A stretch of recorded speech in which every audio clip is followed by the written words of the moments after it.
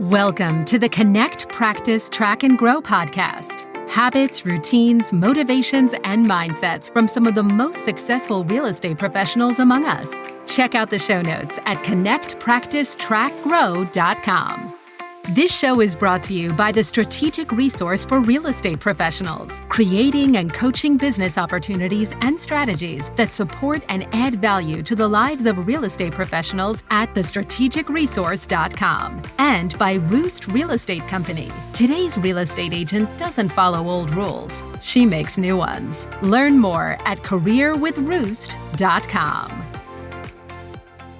Hi, all. Chris McAllister here with the Connect, Practice, Track, and Grow podcast and the Landlord Profitability Playbook podcast. This is a special episode where we're going to put this conversation that I'm having here with Laci on both podcasts. So really, for both of these podcasts, it's my job to make your business better and your life easier. And I'm here, as I said, with my podcast partner and digital marketing specialist, Laci LeBlanc. Good morning, Laci.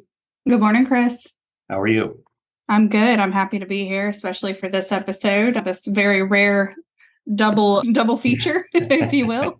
Well, this is the first of what I expect will be an annual podcast where we get a chance to reflect on last year and talk a little bit about our plans for the new year.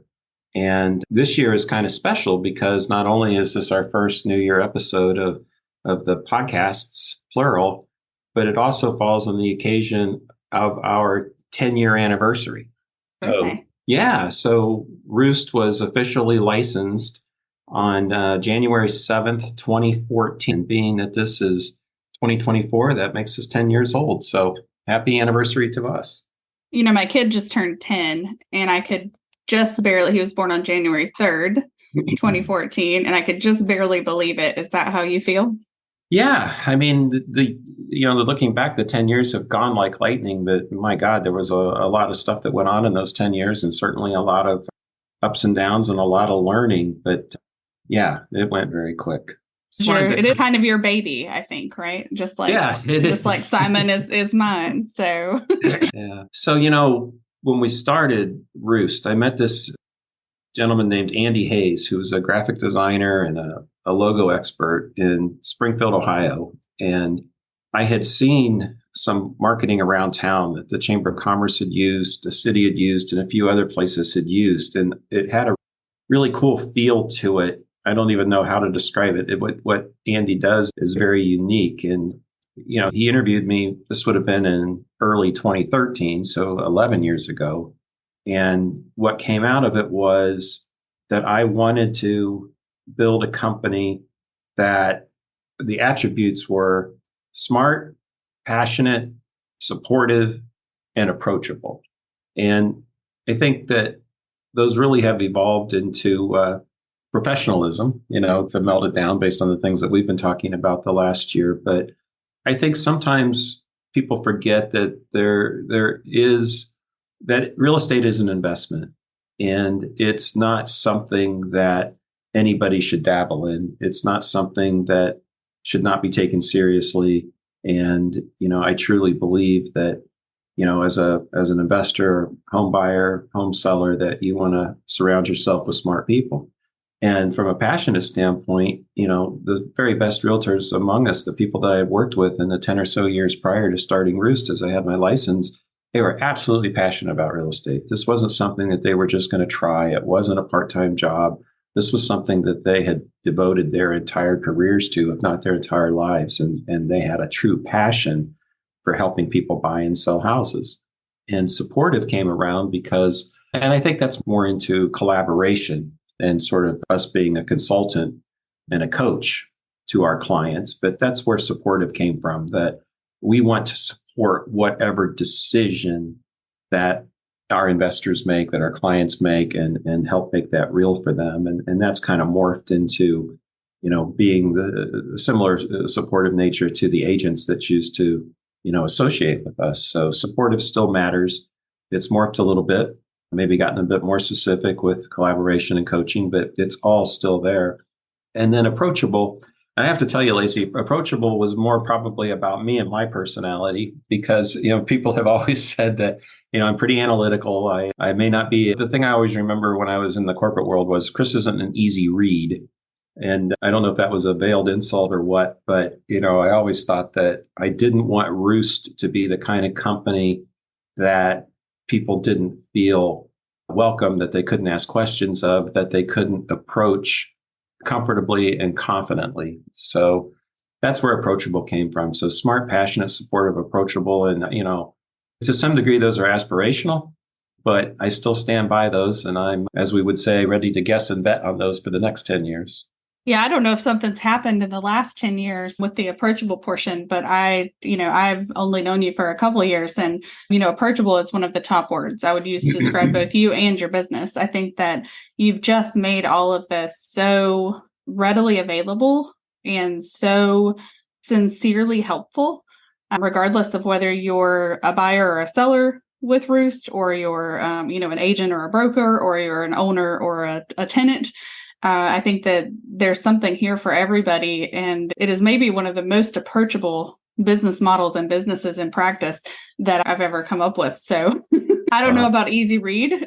Maybe you're hiding stuff from all of us, but it really, these 4 attributes are there. So I think that over the last 10 years, maybe it's still aspirational, and that's always a good thing, but I think you've achieved a lot of it. Well, you're very kind, and I appreciate those words. Once again, in public, I want to thank Andy Hayes and Hucklebuck Design, because, it was Andy that, had those interviews with me. And from those interviews, we got it distilled down to a few words. And 4 of those most important words were smart, passionate, supportive, approachable. And out of that came the name and the logo for Roost. And we have the story on the website, on the About Roost section of the website, but people ask me all the time. They would say, well, how'd you come up with the name Roost? And I would just sort of chuckle and say, well, Zillow was taken. It's the thing about trademarks and names these days. There's nothing easy about it, because first of all, you've got to have a name that can be licensed in the state you're in. In the state of Ohio, as every state, although Ohio, I think, are far more strict than other states that I've been licensed in. There are rules as to what words can and cannot be in your doing business as name, your DBA.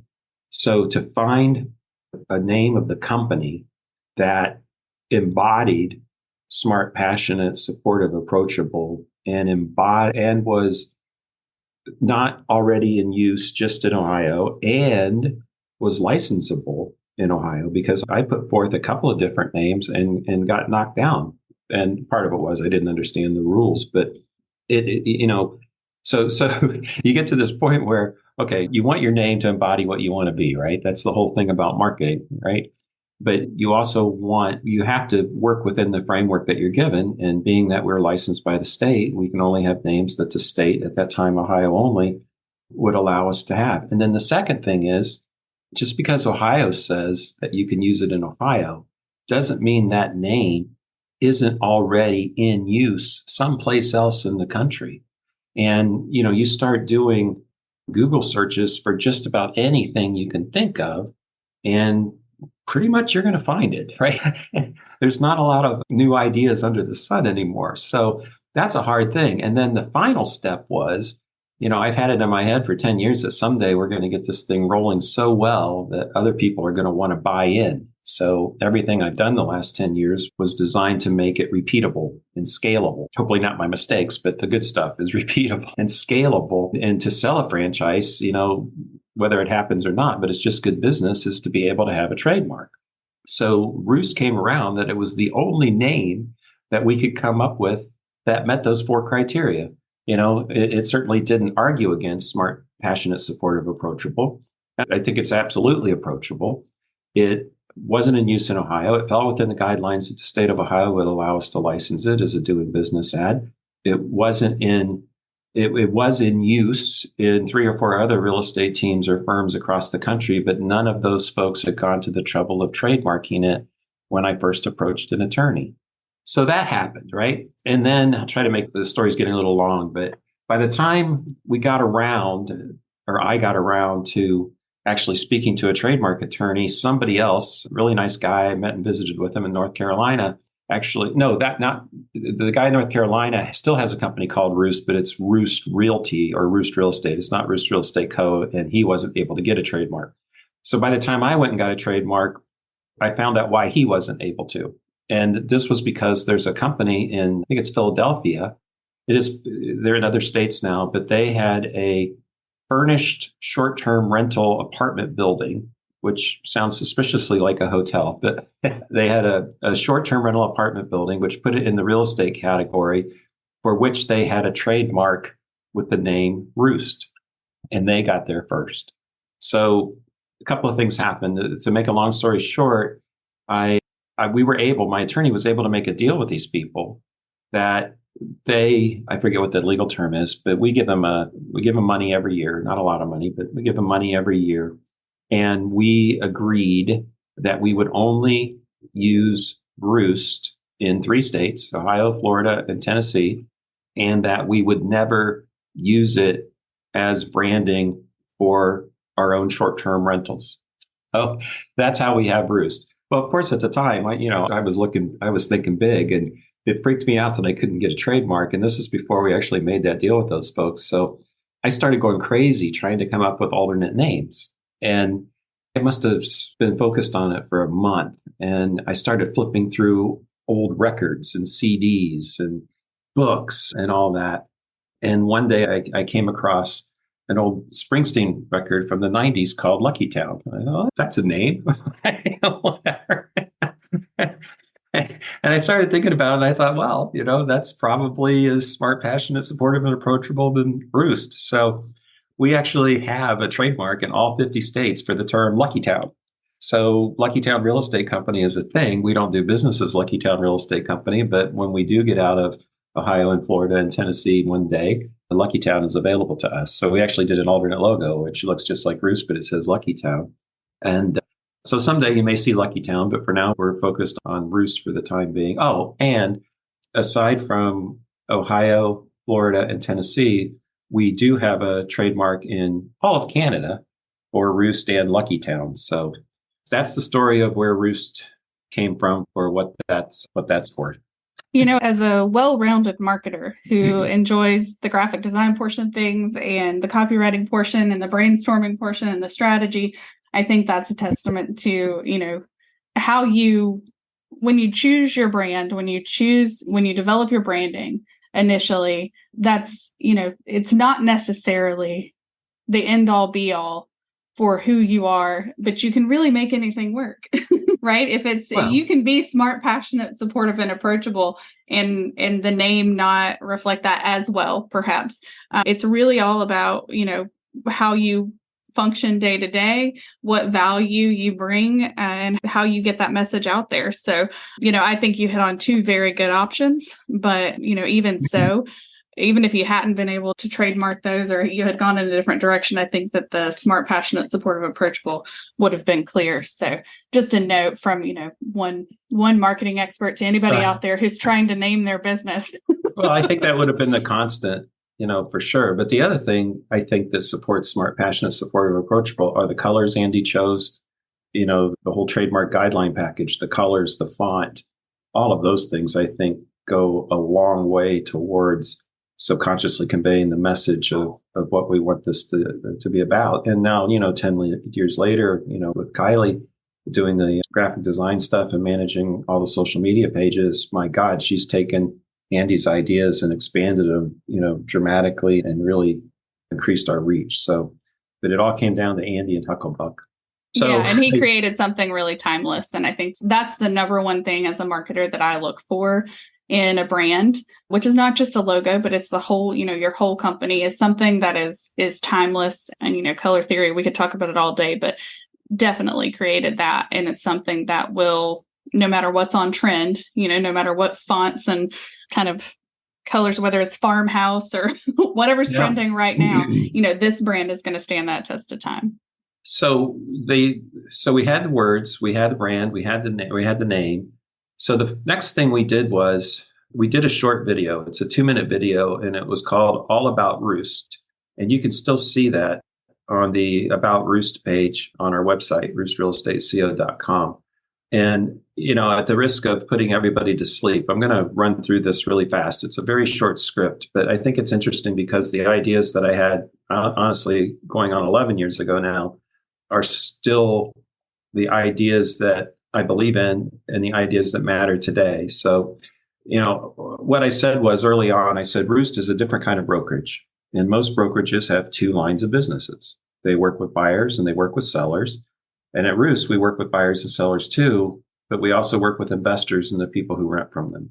So when I started Roost, it was all about, working with investors and ultimately property management on day one. And the reason was, as we've talked about in other episodes, is it was about being in the shelter business. So embracing 100% of all the people who need a home, not just the 60 to 65% of the people who own real estate, creates a very different kind of company for our clients and for our agents. Many people who rent their homes will do so for their entire lives. Many do. It's the right thing. And many rent their entire lives at different income levels. Others will only rent for a few years before buying a home of their own. We help our tenant clients become homeowners. We all work with, but let me phrase that. I can tell you that we don't have a huge number of tenant clients buying houses. And if they do, as much as we would love them to buy them from us, it's not that often that they do, but it's not because they're going with somebody else. It's because there are many people who decide that renting is better for them, whether because they want to be mobile, or I guess in some cases it's because they can't. But when we do have them, it's wonderful. And we love to teach people how to be fantastic tenants. And we love to teach people how to set themselves up to purchase a house if they want to. So that's still valid. It just doesn't happen as much as you would think. We help our tenant clients become homeowners. We also work closely with investors, and this has only gotten bigger. So my vision was that we would help tenants get into homes, and it would be as great a part of the business as working with investors. It hasn't turned out that way at all. So working closely with investors, we help investors find, evaluate, purchase, and manage investment properties. By offering property management services to our investor, they are more comfortable buying more property. And what's interesting is, and we've talked about this in both podcasts this past year, Lacey, is, property management is hard. And it took up a lot of time and bandwidth the last 10 years to finally, after so many ups and downs, get that right. And it's funny that this year, we've talked about changing manage with Roost to invest with Roost to better articulate or advertise what our services are to investors. But I do think it's interesting going back and looking at this, that almost 11 years ago, what I said with investors was we want to help investors find, evaluate, purchase, and manage investment property. And that's truly what Invest with Roost has become today. And it's all in the Landlord Profitability Playbook podcast. Because we work in the property management business, we have relationships with skilled tradespeople that help all of our listings clients prepare and maintain their properties for sale. I can't tell you, when I was actively listing and selling homes, how many times I was able to take care of something at a far more reasonable price for an owner than that they would have been able to find for themselves, because, we had these skilled tradespeople and maintenance guys working for us because of the property management business. This is the kind of situation where the property management division supports the brokerage and vice versa. It's hard to tell which one ever came first, should have come first, or it doesn't matter anymore. There's a symbiosis there, and that comes back to wanting to service 100% of the people who need a roof over their heads. ROOST Real Estate is a referral-based business. Still is. We believe that the very best clients are those that are recommended by our existing and past clients. We have a referral-based marketing system that keeps ROOST Real Estate Company top of mind with everyone we work with. And the best example of that is what has become Roost Ramblings these past couple of years. So some of our tenants become buyers, and if they don't become buyers, they also refer new tenants and new buyers to us. So it's interesting. A lot of people who never, ever become homeowners refer future homeowners to us. That's come true. Our investors become repeat buyers. That's become incredibly true. That's happened in a far, far bigger way than I could have dreamed of 11 years ago. And they also refer new investors and new buyers and new sellers to Roost. Our buyers and sellers refer their friends, family, and coworkers again and again. We're the real estate company people turn to at every stage of their lives. Now, granted, we've only been here 10 years, so we haven't caught every stage of everybody's lives yet, but it's still aspirational, right? So we want to be there when our clients rent their first apartment, buy their first home, buy their first investment property, and ultimately buy their retirement villa on the beach. So this is ROOST Real Estate Company, smart, passionate, supportive, approachable, meeting people where they are today and helping them get to where they want to be tomorrow. So I think that still adds up. 99% of it. What do you think? Yeah, absolutely. The word you never mention, I don't think, I'm looking at this transcript right now, is relationship.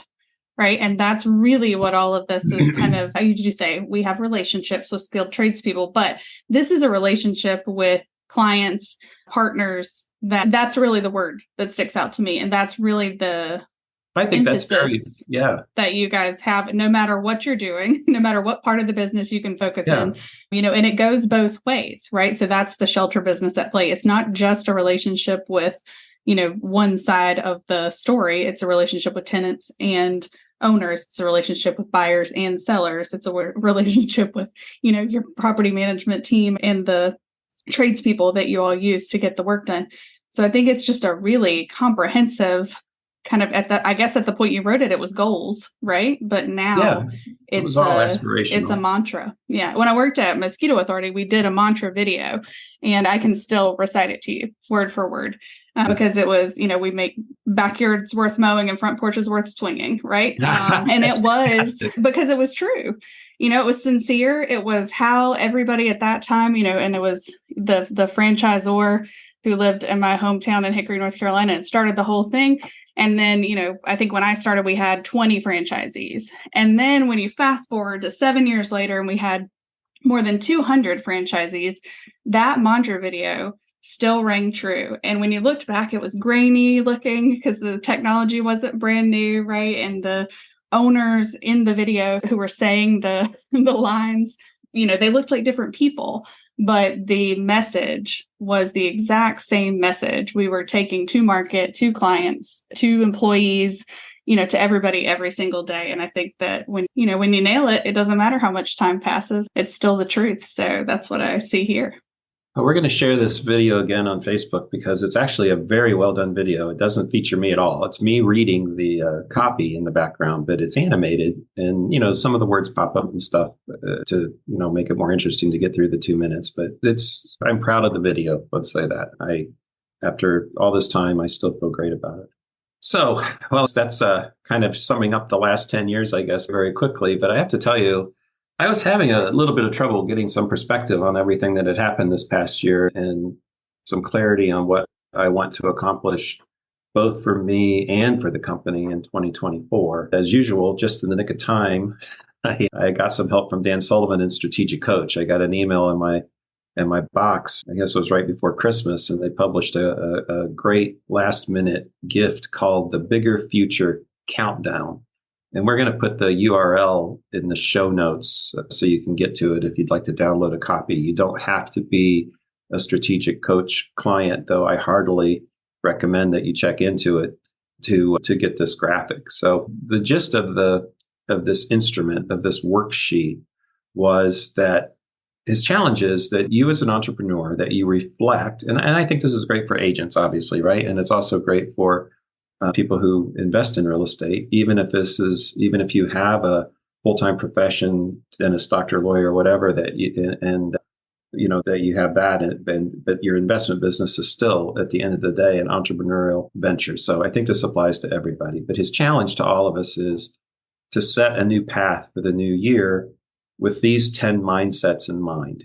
And the first one is, and I'm just going to run through these, and as we go through the rest of this discussion, some things will come up, but these are great things to keep in mind all the time. But always make your questions bigger than your answers.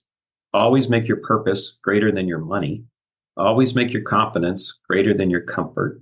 Always make your cooperation greater than your status. Always make your enjoyment greater than your effort. Man, I feel like I try really hard, Lacey. I'll have to work on that one. Always make your gratitude greater than your success. Always make your performance greater than your applause. Always make your contribution greater than your reward. Always make your learning greater than your experience. And always make your future bigger than your past. And as I reflected on these mindsets, it really helped me out. And what became really clear as I kind of think through the wins for last year was that every win, anything good that happened last year, any win I enjoyed last year was in collaboration with another team member. It was whether they were somebody on the payroll or somebody outside of the payroll. And, Laci, you're at the top of my win list this year. I mean, having Dean introduce us and what you've done, helping me with the master classes, the landlord profitability playbook, connect, practice, track, and grow, has just been terrific. And there's no way we'd be doing this today if I hadn't met you and Dean Jackson hadn't referred you to me. So thanks for being a key win this year. I appreciate it. Yeah, that feeling's mutual. And I don't just say that. I know that's probably what everybody expects me to say right now. But I think there's a point here where if it can be mutual, then it's even more important. It answers your questions even more than. So I have very much enjoyed it. And I think finding people you work well with and can align with and complement is a huge part of some of these new key growth mindsets that Dan recommends. So yeah, pleasure's all mine.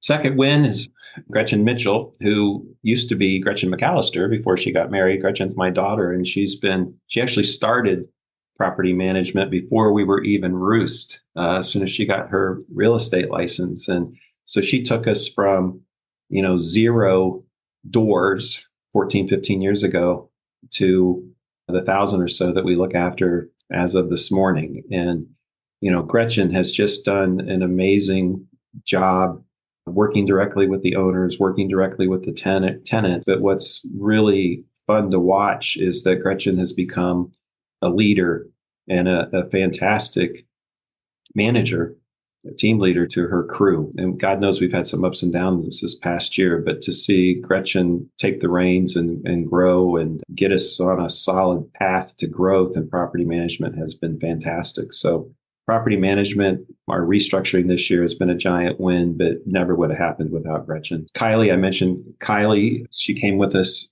a year ago, December, as our graphic designer.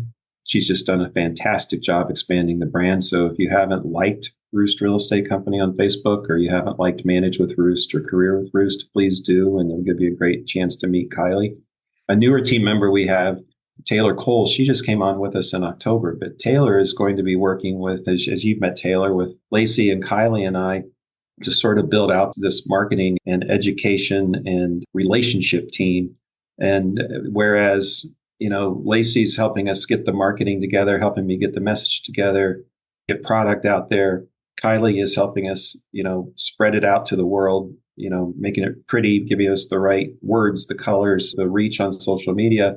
And then Taylor is bringing it all back home one-on-one to the people who receive that message, whether they be potential home buyers with Space Coast Condo Guide opt-ins, or whether it's potential agents who come to work for Roost from Connect, Practice, Track, and Grow, or it's owners that come to work with us through the Landlord Profitability Playbook. So I'm excited about our future with Taylor. And just in the last few weeks of this year and last year and into this year, she's already made a massive contribution. But that property management team, my gosh, we went through so much. And I've said this before, but, COVID was interesting. We picked up so many doors, and, it was one of those situations where tenants never moved and they always paid the rent. I know people say during COVID they had trouble collecting rent. We had no trouble collecting rent during COVID, none at all. And it was because people had the extra cash in their pocket from the government. But when that cash started to dry up and interest rates went up and owners, stopped buying new houses or became more discerning about buying new properties, and tenants suddenly either had to move or could move, and then suddenly we had vacancies, the property management business just got ugly. And, the last 2 years were really hard. And Gretchen got through that with me the past 2 years, but the team that she's put together in Columbus, Marcy, our tenant relations specialist, she's just amazing with tenants. Brenda's our leasing specialist. She does leasing for both of our offices. Jade working with Heather in our rehab and maintenance department. She's done a wonderful job making sure that our maintenance guys are dispatched where the tenants need them at the time the tenants need them. And the feedback we're getting from tenants because of Jade's work has been so much better than what we had in months and years prior. Dana in Springfield, she does the team relations function just like Marcy does. She does in Springfield. And Josie and Angela are accounting people. Holy crap. If it wasn't for them, I don't know what we would do. One thing and all the ups and downs we've had over the past 10 years is we have never had to worry about trust accounts or accounting or that piece of it. And one of the reasons brokers don't like to get into property management is that the trust accounting is hard. There's laws you have to stay within. It's other people's money. It's a tricky business. But Josie and Angela and my wife, Kelly, who look after that, and our accountant, Jill McGregor, they have just done a fabulous job on that. And if there's anything that keeps me up at night, it's never been accounting, and that continues to be a win. I mentioned Heather. We started technically a division called ROOST Rehab and Maintenance. And ROOST Rehab and Maintenance, I think, is something that we're going to be talking more and more about as we go. I think it's the thing that's going to become such a force in and of itself that we can market directly to our agents and be able to help sellers who need to get some things done before they sell or after an inspection. And the service that Heather and her team, her and Jade, have provided to our owners when it comes to rehabs and so forth has been phenomenal. So big win is the rehab and maintenance department. We've talked a lot, it's been a tough year in real estate, and I think that's true across the country. But, some of the very best agents in Ohio, I mean, we're talking people who do $500,000 a year are down, as much as 30, 40%, through the year. But our agents, they still came through with their heads held high. I think about Priscilla McNamee. She's been with us for almost the entire 10 years as Roost, and we were together when I had Remax franchises. She still had a heck of a year, and she's become a great team leader and a great mentor to many agents in the market. Josh Hufford, he did property management with us for years and finally decided to go on and just focus on sales. He's had a hell of a year. DG Court, she's been with us since 2003 when I had a Remax franchise in Urbana, and Deidre's still with us, and she's still had a phenomenal year even as she starts to spend more time and take better care of herself. Tina, we can't discuss the agents without talking about Tina Blathing, who is not just a key agent, but a key part of the PM team. So Tina is our property manager in Springfield and Dayton, and her and Dana look after those owners and tenants in that area of the state. And she has done a phenomenal job this year, just going through so much upheaval and stress and everything else. But, she's come out that much stronger, and she had a really good sales year. Anne, I think you've all met Anne before on previous podcasts. She's a newer agent. She helped us out in property management this year, and I believe her sales were pretty close to last year, which is saying a lot. Susan Elliott, she's down in Florida in Fort Myers Beach. They just came out of the hurricane a couple of years ago, and she just had a massive closing in January to kick off the new year. So I think she's going to be able to put that hurricane behind her and become that force in the market that I know she will be. Alicia, newer agent, has a full-time job, but her business keeps growing year after year. Great job. Matt Conkling, he helped us get property management back on track. Great guy, skilled person. He's an investor. Wonderful. I already mentioned Taylor, who's got her first sale under contract with Roost. Congratulations, Taylor. And Rena, she's been with us for almost 20 years, and she's down here in Melbourne where I am today. I mentioned Kelly, my wife. We've been at this for, I guess we've been married not quite, 37, 38 years, and she looks after all the money. And like I said, we had a lot of wins, a lot of struggles, but there's not one thing that happened this year that didn't happen because of being in collaboration or being able to be introduced to, find, leverage, whatever you want to call it, unique ability, anything. That if it wasn't for these folks, we would not be the company we are today. The other big win, and you mentioned early on, or maybe that was you and I before we went live here today, is that these podcasts are something that I actually look forward to now. They've gotten me out of my comfort zone. The prep work helps me, and it helps me lead the business as I think. The prep work helps me think through things that improve the business. So that's great. The whole idea that, you can be the best leader, manager, realtor in the world, but if you don't have a story to tell and you aren't able to tell it, it just doesn't matter, right? So which came first, marketing or the practice? And again, it's sort of like sales and management. It just doesn't matter. So again, thanks to my podcast partner here, Laci, once again. Yeah, I mean, so not a lot of people get to see the back end of a podcast, right? You just hear what comes through the microphone. And I am fortunate enough to be privy to the note-taking and the preparation to a certain degree. And that looks so different today than it did when we first started this, in such a great way, because now the podcast notes that I get before the show, they're not always a week in advance. So that tells me that we're being a little more spontaneous, which translates to a more authentic conversation and a more authentic experience for the people listening, I think, as well as you and I. And the other thing they're not mapped out like the conversation, right? You don't think about when you're making these notes now, like you did before, where I'm going to interject, right? Or what questions I might be able to ask. And some of that comes from some of the other campaigns that we do from a marketing perspective, but some of it is just you being more comfortable with the process, and you never even know you're an introvert by listening to these. But I think that's a huge thing that I've noticed. The other thing is, and I think it's just worth pointing out, if you're listening to this and you hear you, Chris, talk about individually every member, for the most part, of the team that you're working with, I think that just speaks volumes to, this mantra that you've put out there in your video and how you work day to day. It's just a team effort, and it's something that everybody has their place and everybody is acknowledged for that, and everybody has the autonomy they deserve to do the work, and you hire the right people, which, if I'm investing in a property or if I'm buying a home with y'all, that really gives me a lot of confidence. And I think this is just an example of how you approach the business. So honored to be on that list, but I think it says a lot about Roost and you that you can go through at the, drop of a hat and just kind of mention and acknowledge every team member. Oh, I appreciate that. And again, a lot of this is aspirational. We had our challenges the past couple of years coming out of COVID, and, I'm ready to leave that behind. But we did turn through a lot of people. That the team that we have right now today is without a doubt the best team that I've ever had. So I'm grateful for that.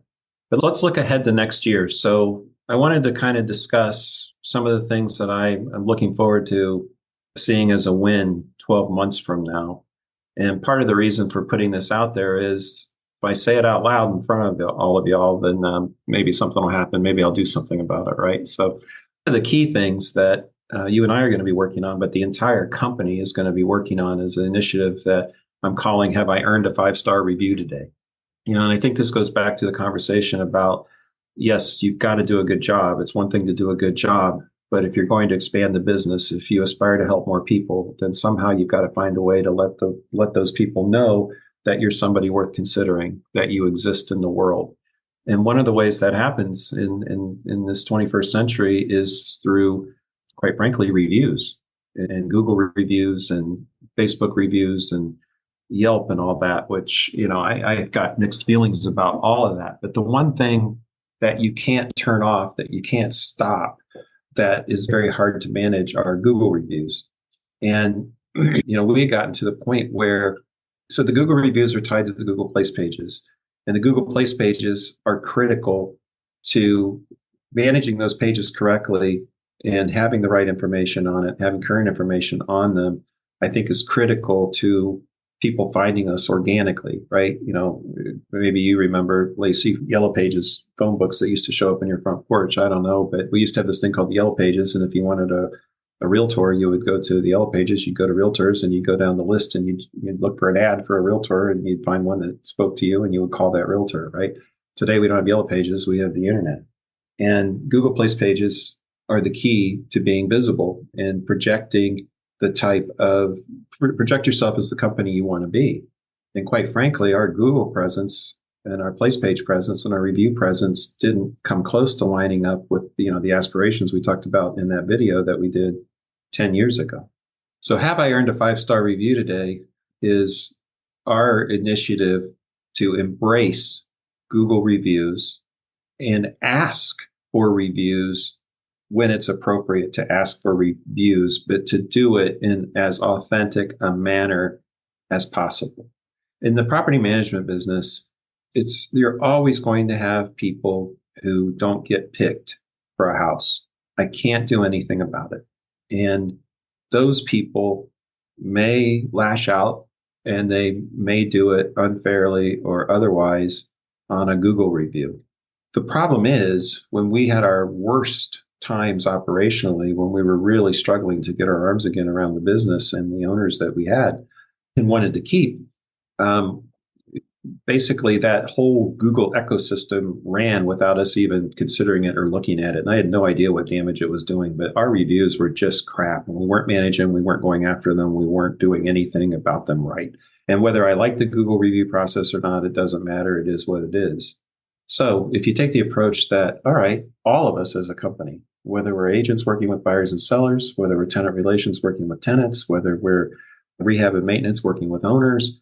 We want to be earning going forward 5-star reviews from every person we serve. Agents, right? Could be agents we look after. It could be owners we look after. It could be tenants we look after. It could be first-time buyers. People, when they're happy, they don't do a review, right? They're only when they're really angry with you, or they feel like they've been done wrong, or you haven't done your job correctly. So have I earned a 5-star review today? The low-hanging fruit here is, Marcy and Dana and Brenda and Tina, they're just, lovable people, right? They're professionals who get the job done. And to get to the point where have I earned a 5-star review today rolls trippingly off the tongue, almost like when you're at McDonald's and would you have fries with that? Would you like fries with that? That's what we're trying to get to. And I think that, I don't know that you and I have settled on the technology we're going to use, but it looks like Podium is like the number one tool that companies who successfully not just manage their reviews, but leverage their reviews and respond to their reviews use. So this is something you and I will be focusing on hopefully over the next 10 or 12 weeks and really get a report card on how well we're doing. And if we mess up, right, we have to go online. We have to say, look, we messed up. Please get in touch with me. We're going to fix this, right? So, it's one thing to make a mistake and acknowledge it, right? It's another thing to make a mistake and not know you made it. And then it's another thing when you have somebody who's just not being truthful or fair. And in any case, we have to have our ducks in a row. We have to believe in how we're approaching the business and the people, the relationships every single day. And we have to be prepared to ask for feedback. So this is the biggest and I think most important initiative of the year, because I think it absolutely affects the growth of the company in everything we do. Yeah, I mean, I think it would, to reiterate your point, it would be ideal if the Google reviews accurately reflected the experiences of the people that you work with and for, right? But that just doesn't happen. My dad owns a car lot here in our small town, and somebody very recently gave them a negative review, a 1-star review, because they weren't happy with the purchasing process. It wasn't even my dad's car lot, it ended up, that they purchased from, but you really have no recourse, right? So the only way to manage those reviews, they did respond and say, we don't have a record of you purchasing a car here. We'd love to talk to you about your experience anyway. But that 1-star review is still there, taking that 5-star down to a 4.6 or whatever the case may be. So the only way to effectively manage the Google review process is to have enough, and I'll say positive here because that is an accurate review, I would say, for most of the folks who work with you, but to have enough accurate reviews to offset the inaccurate ones. Now, if that means, you're a 3-star business, then that's going to be what's there. And that's going to be what, what offsets the 1 stars or the 5 stars in that scenario. Right. But it's just to have enough to make sure that 1 or 2 that get put out there that aren't accurate don't really negatively impact your overall kind of score. So, it's just another thing. I don't know of any businesses, at least any that I work with, even the smallest of the small, who can do nothing about Google and just have it not negatively impact their business. If they don't, everybody is going to have to focus on this moving forward and put forth some effort into maintaining what their actual, experience is. So yeah, I'm excited about it because I'm excited to work with an organization where I don't have to worry about what the reviews will be when you ask the question, have I earned a 5-star review today? Well, I appreciate your help with it because I absolutely believe that, not to put too fine a point on it, but this could clearly break the company, but it could also really make the company if we do it right. And I expect we're going to do it right. So that's my first key initiative. The second thing I want to go back and revisit is the whole idea of List with Roost. And we were talking the past, it's been 2 months now about that National Association of Realtors lawsuit that where the realtors lost the lawsuit, and what that might mean for our business going forward. And I do think, and as unpopular as this is, that we are going to see some commission compression. And I think that somebody has to step up and look really hard at the entire process of putting a home on the market and getting it to the closing table, what that entails, where the bottlenecks are, where does it become unpredictable, where does the service and support angle fall apart? What do we need to do to take a fresh look at that? And I think one of the things that is worth considering, and I don't want to get too deep into this, but I've been toying with this idea of testing something called a ROOST certified pre-home. And it's almost like, we're a business too, and people get concerned about how much commission, usually as a percentage, that they get charged by a real estate brokerage. And I'm sensitive to that. But, by the same token, if I am charging 6% and I can show where I'm delivering 6, 7, 8, 10% worth of value to that transaction, I'm surely not going to apologize for that or run away from that. As I've said many times this year, I'm a professional and I have to get paid too. And it's the same with our agents. But having said that, how much of the listing process can be automated? And if not automated, how much of it can be made routine? How do you get the listing process to be a lot more like getting the same hamburger every time at McDonald's? I don't know if that's the perfect analogy, because obviously hamburger is a hamburger and this is a service, but I think it starts with the idea of a certified pre-home and knowing exactly the condition, physical, legal, design, everything there is to know about your home up front, have it in a format that can be shared, have those things quantified so you know what that home is worth relative to other homes who have sold in the market, and make that some sort of a package that is valuable for that seller in and of themselves, if that makes sense. So I know that sounds pretty cryptic, but the whole idea of a home that's designated as a certified pre-owned home, with a big old Roost check mark on it, right? I think there's something to that. And it may be that it becomes a product that, includes some real value-added things. It includes a lot of value-added consulting, a lot of knowledge, a lot of wisdom. But it may be something that stands in and of itself that the seller can choose to do with what they wish.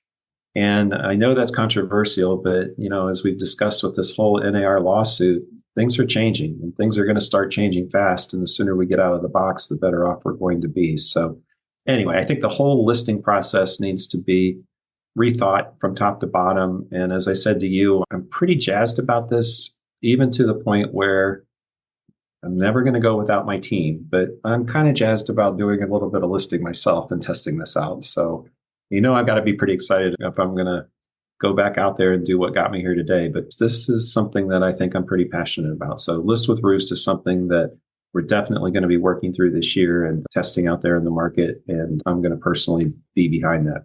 The other thing that is just critical to us going forward is, recruiting agents. And as we've talked so many times, and everything that Connect, Practice, Track, and Go podcast is about, is career with Roost. We have focused on that relentlessly over the past couple of years. And the whole thing has morphed into, we want to be the brokerage for the new real estate professional, right? We want to be the brokerage for the person who's going to be in this business for the next 25 years. We want to be the brokerage for the people who are questioning everything that came before, but also the brokerage with agents who count on things that they know aren't going to change for the next 25 years, whether that's the concept of home, whether it's the concept of relationship, service, or whatever. But we're kind of flipping the whole thing on their head. Instead of looking for agents to join our team, I think we're done with that. So I think the initiative for Career with Roost is what it really should be, is we want to join your team.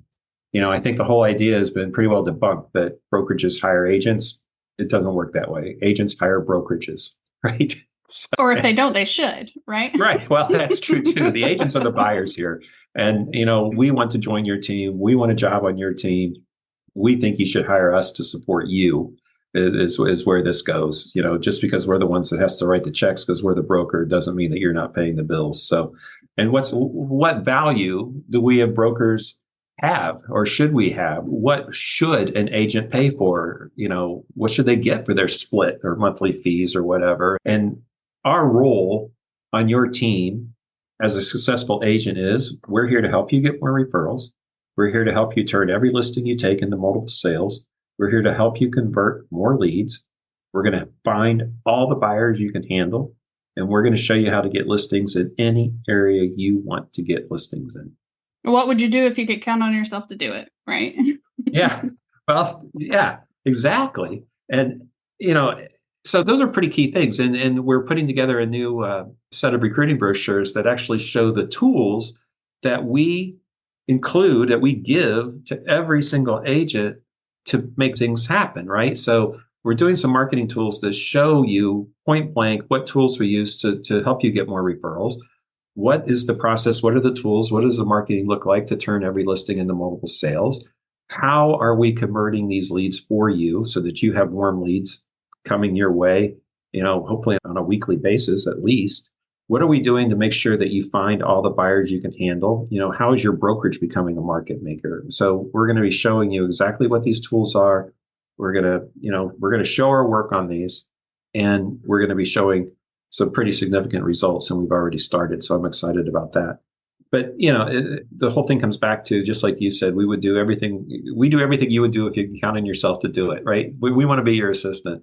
The other thing the other thing in this brochure is we do the sit-ups, you get the six-pack, right? So you can count on us to get your Roost Ramblings out. You can count on us to get your Facebook page set up and managed for you. You can count on us to have a website that's constantly up to date. You can count on us for your personal branding team. We're going to do it for you. We're going to help you identify your 5-star prospects. We're going to get you listings in, the subdivision you want, or just like Space Coast condos on the beach, right? We're going to set that up for you, whatever your niche happens to be. So that's a huge initiative. And that's the third one. And the fourth one is invest with Roost. And we've been working on this so much. And I think this is more of just getting a little bit more dialed in on our value proposition, and our job being to automate your rent collection, and so you can get on with your life. And I want to expand our roster of agents who actually have great experience working with investors so that we can help people truly expand their portfolio. So Invest with Roost, I think, is going to be, it's not a new thing for this year, but I think we're really going to sharpen that message. And I expect a lot of growth there. So those are the 4 key things I'm working on. Is it 4? Well, people have choices now, Chris, with everything, right? If I want to order, chapstick, I'm looking at my chapstick here on my desk. I can get it on Amazon and get it in 2 days. I can run up to any of the CVS at any time of day. I can go to Walmart if I need it in the middle of the night, right? So we just have so many choices, and that's the same thing is true now for agents and investors and tenants, everybody you work with, right? It doesn't matter which franchise is operating in your specific area, or it doesn't matter, you're able to find the right brokerage, the right property management team, the right agent that fits your personality, because there's so many choices out there. So, I think this is just really a next level kind of approach to signing up agents and tenants and owners. And you have to be really clear about what value you provide. And on the other end of the conversation, people need to be really clear on how they work well and how to find what they need in their partnership. So, luckily you've got all these master classes out there about how to find the right broker and, how to kind of determine what's right for you.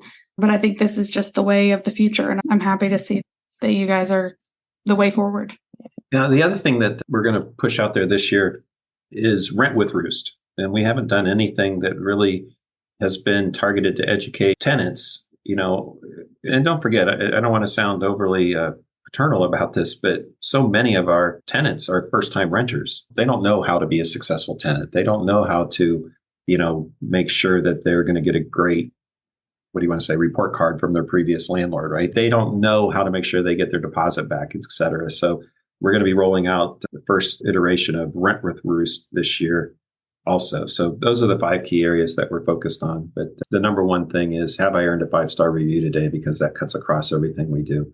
So I've been thinking about too, now that we've got this thing in place, now that we're doing this, I have some key goals for the next 5 years that we're going to go ahead and tell the universe about today. Laci, are you ready?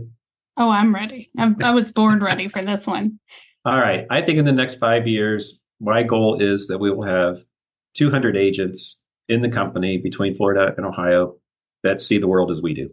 And I think that's doable. I think it's aggressive, but I think that we're already seeing more and more people, listen to the podcast, download the books, open the emails every single week.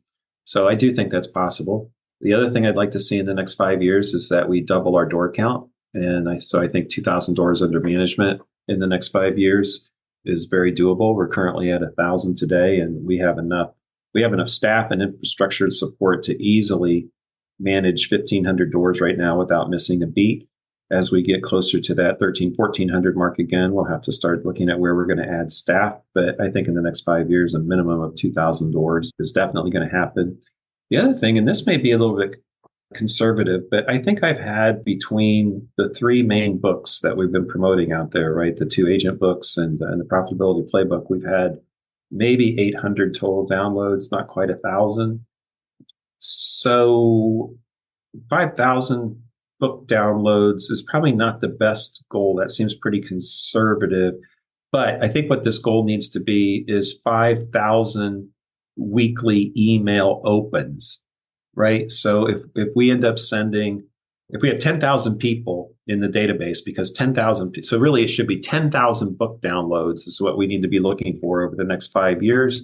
That result in somewhere around 4,000 to 5,000 individual agents and potential owners actually opening up the weekly emails and reading what's in them.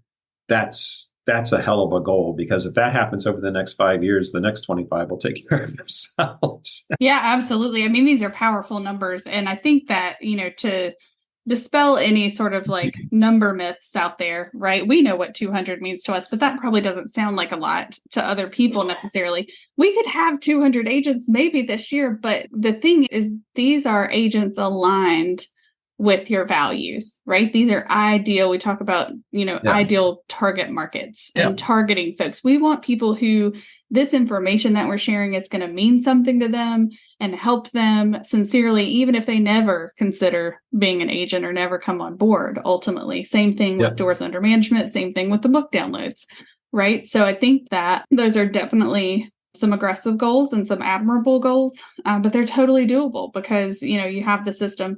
What comes to mind is, the tortoise and the hare, and slow and steady wins the race. These things are all happening simultaneously. If you were just a broker looking for agents, then these goals would probably not be big enough, right? If you were just a property management company looking for doors, if you were just a consultant looking for, people to coach and to help along the way, then none of these would be, they're still pretty big numbers, but none of them would be, it would be almost a given.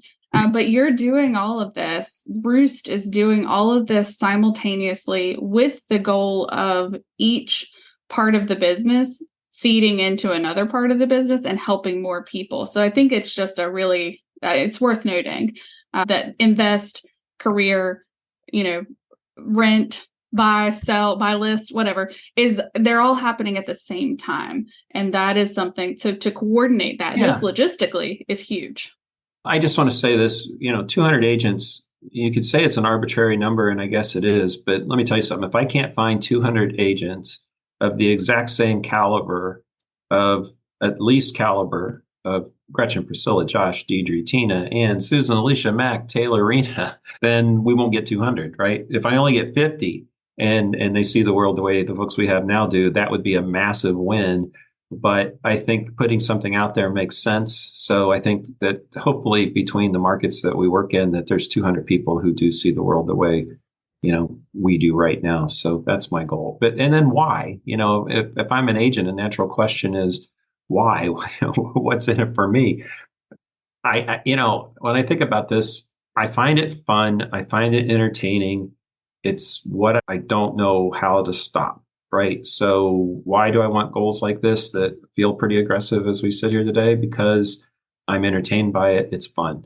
And no matter how you slice it, market share does matter to all of us. The more reach we can achieve over the next 5 years, the better off every one of us is going to be. Because that extra reach, that extra opportunity to serve, that extra opportunity to create, a raving fan, that generates profit that I'm then able to reinvest in our agents and team members and future opportunities. And you can't do that if you're not a growing company. You can't do it if you're not profitable. And profit has to come first, but you can't reinvest if you're not growing. It's growth that creates new opportunities.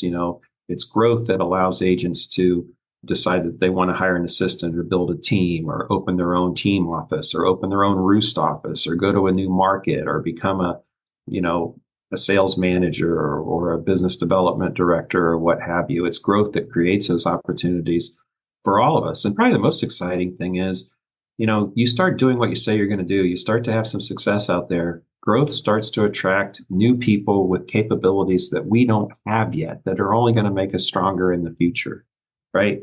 You could argue weak companies attract weak people and strong companies attract strong people. And for that reason alone, I want to be the strongest real estate brokerage that I could possibly be.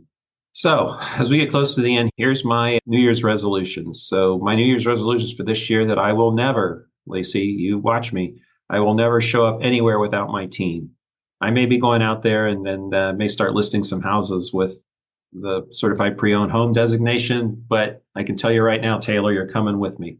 So never show up anywhere without my team. We're going to let the leaders we've hired do what we've hired them to do. We're not going to micromanage. We're not going to look over the shoulder, but we are going to coach. We are going to measure. We're going to be right there with them, but we're going to let them do what we hired them to do. One of the other things that I want to do this year is, I want to spend more time with our clients. And I think I've done a fairly good job of this, but I want to be even more intentional about one-on-one time, understandings, the dangers, the opportunities and strengths that not just our agents, but our owners, our buyers, and our sellers are facing. Because if I don't know what those dangers, opportunities, and strengths are, then I'm never going to be in a position to know what value I need to figure out how to add. So more time with clients, one-on-one time with clients is on my list this year. I also want to spend more time in Florida. We've got huge opportunity here. And, Kelly and I love spending time here. So, that's more personal. But, the stuff we've been doing with you and Dean and this whole Space Coast Condo Guide, I think there's something there. And once we get that to the point where we can scale it, the sky's the limit here in Florida. We talked a lot about in the last podcast we did about the part 5 of the NAR and what guessing and betting over the next 25 years. And, I'm dead serious about the next 25 years, but I'm also interested in doing and experience other things. I'm going to be 63 this year. So the whole option of taking care of myself, it's not an option. And me doing what's right for, myself, that's got to be good for me. And it's ultimately going to be good for the team. So, my goal is that I want to be doing this for the next 25 years, but I also need to find some moderation. I always hated that word, maybe a little balance, always hated that word, but whatever, I'm going to do whatever it takes to make sure that I am adding value for this company and this business for another 25 years. And that means it's time to be more intentional about taking care of myself. So those are my New Year's resolutions for this year. I'll have to pull this out next January and see how I did, Laci. So a couple of other things. Being a great real estate consultant means nothing if nobody knows what you do. My job and our job at Roost is to do everything I can to promote our agents and their connections. That's why my focus will be more and more on marketing and less on operations. I spent the last 10 years building the perfect car. I think of Roost as a race car, and now it's time to take it out and see what she can do. It's time to deliver, and it's time to let people know what we do and how we do it, and that means it's time to grow. And Laci, obviously you're already a key part of that. This has been a challenging year, but I have to tell you, it's been one of the most satisfying years I can remember. I'm super proud of every single person we have at Roost today, and I'm super grateful, and I thank you all. Yeah, same. I mean, I think that this is a real lesson in what you expect your business to look like and what it actually ends up looking like, and how to not find a silver lining, but really just to how to embrace, be here now. That's what Ram Dass taught, was be here now. Where are we now and where are we going? And it's great to have goals, and it's great to remember that this is supposed to be fun, that life is not about just waking up and going to work and making money and paying off bills and then doing it all over again the next day. And I think that, if I'm here to judge your first 10 years, then you get a resounding pass from me, but I'm so excited about what's to come. So grateful. Also, thank you for letting me be a part of this. But I think this was a really cool insight for folks who maybe are just joining us and don't know the whole backstory, or maybe people who are thinking about, becoming part of the whole Roost mindset. Well, if anybody's interested, we would be thrilled to talk to them. And there's a million ways you can get a hold of me directly. So please do. All right. Thank you. Yep. See you next time. And there we have it. Thanks for listening in. If you want to continue the conversation, go to www.connectpracticetrackgrow.com. That's connectpracticetrackgrow.com, where we have additional information about the podcast, archived episodes, and an option you can select to be a guest on the show. We'd love to hear from you. So that's it. We'll be back next time with another episode of the Connect, Practice, Track, and Grow podcast.